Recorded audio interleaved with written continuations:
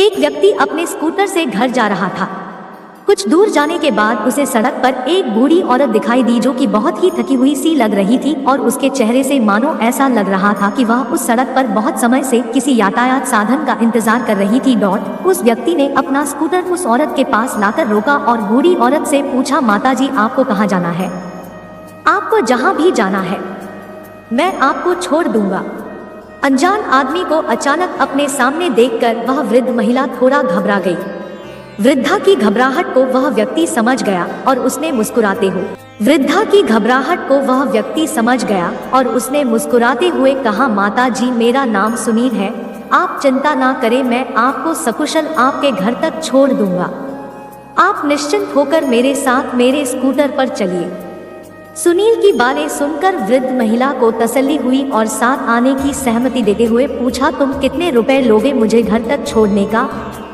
सुनील ने हंसते हुए कहा, माताजी मुझे कुछ नहीं चाहिए, किंतु फिर भी आप कुछ देना ही चाहती है तो बस आप भविष्य में अपनी तरफ से किसी जरूरतमंद की किसी भी तरह से मदद कर देना।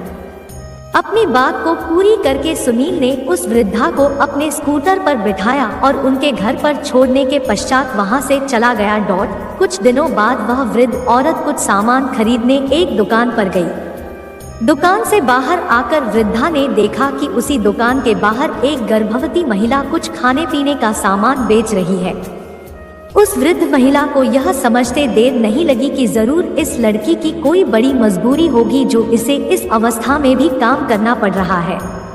वृद्धा के मन में उस महिला के लिए मदद की इच्छा जागृत हुई और उस गर्भवती महिला से कुछ खाने का सामान खरीद लिया।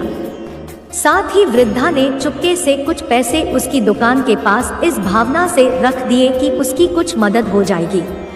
ऐसा करके वह वृद्ध महिला वहां से तुरंत चली गई। शाम को दुकान बंद करते वक्त उस गर्भवती महिला ने देखा कि उसकी दुकान पर 1000 का नोट रखा हुआ था।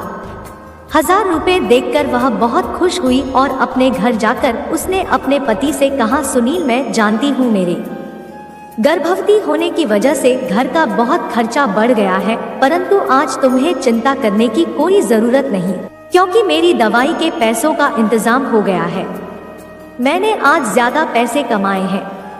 ऐसा कहकर उसने भगवान का शुक्रिया किया और अपने पति के गले लग गई। दोस्तों, यह सच है कि हम जब भी किसी की निस्वार्थ भाव से सहायता करते हैं तो हमारे द्वारा किया हुआ अच्छा काम जिंदगी में कभी ना कभी किसी ना किसी रूप में वापस आता जरूर है, वो भी कई गुना होकर। इसलिए जब भी किसी की मदद या सेवा करो तो दिल से करो।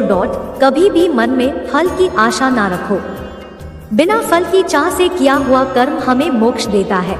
महाग्रंथ गीता भी हमें यही संदेश देती है, कर्म करो फल की चिंता मत करो, बस कर्म में अच्छाई और वचन में सच्चाई को अपना लीजिए, आपका भला अपने आप हो जाएगा।